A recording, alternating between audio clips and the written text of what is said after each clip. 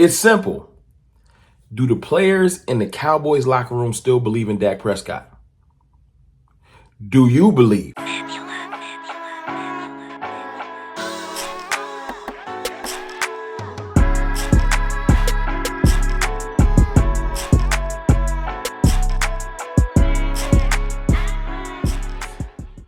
Good people, it's your boy Mr. Rome, Cowboys fan talk, right back, like I never left. What's up with y'all, man? How y'all feeling? I'm feeling pretty good though, but it's something that's on my mind.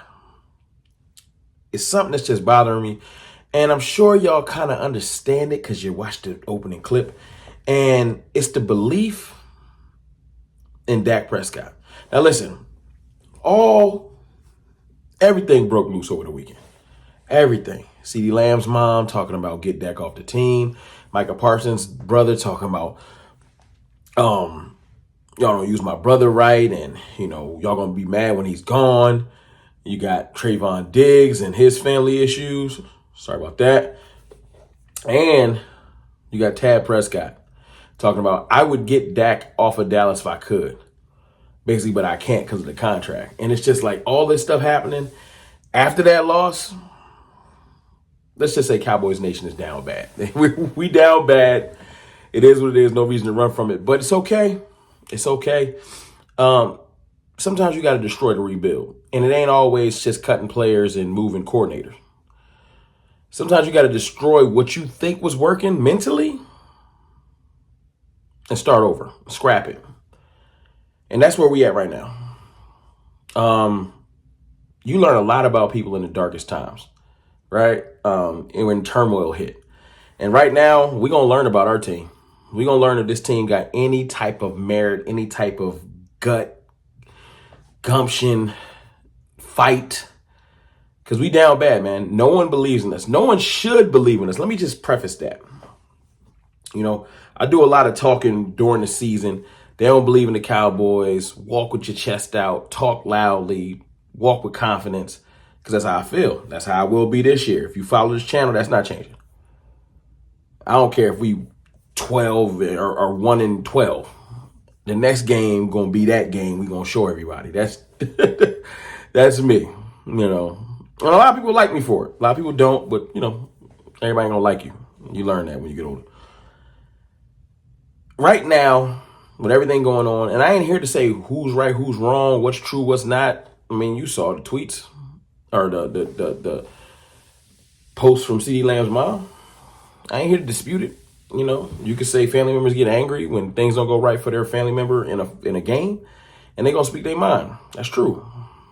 But what I am here to say is this: if there's players in that locker room that don't believe in Dak Prescott, we don't got a shot. Dak Prescott is going to be the quarterback of the Dallas Cowboys in the year 2024. That's it.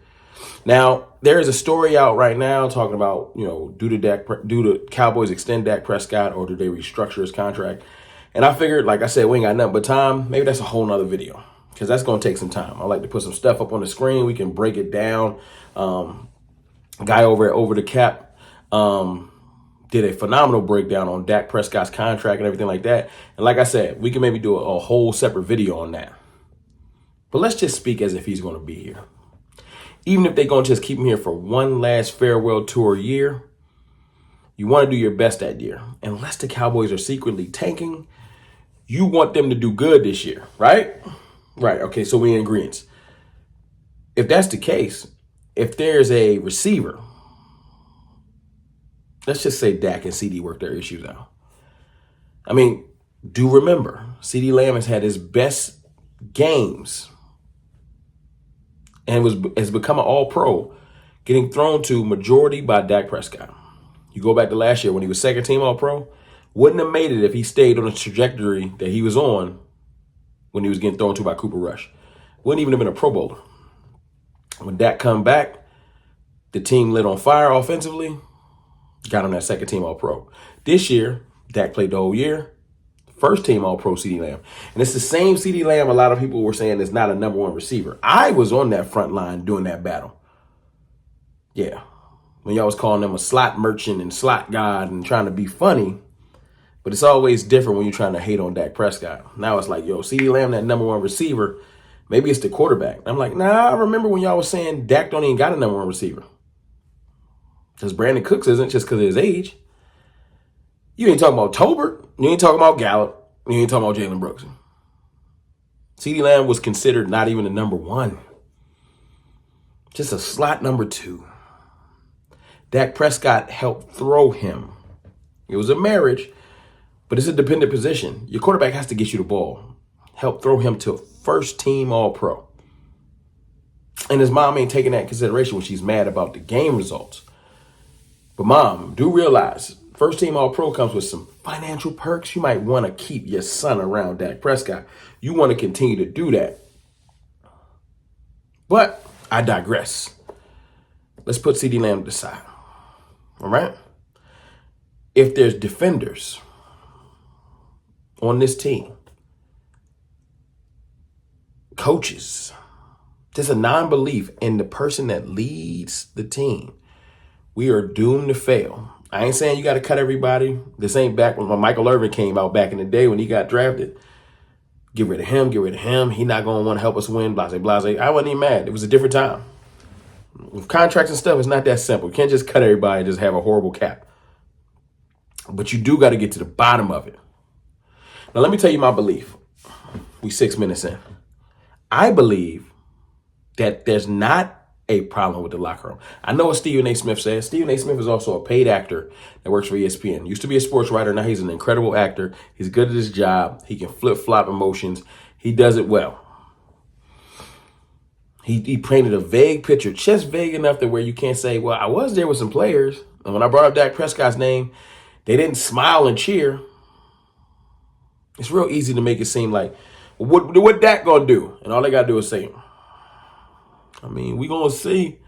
And you can spin your story. Well, they didn't look confident.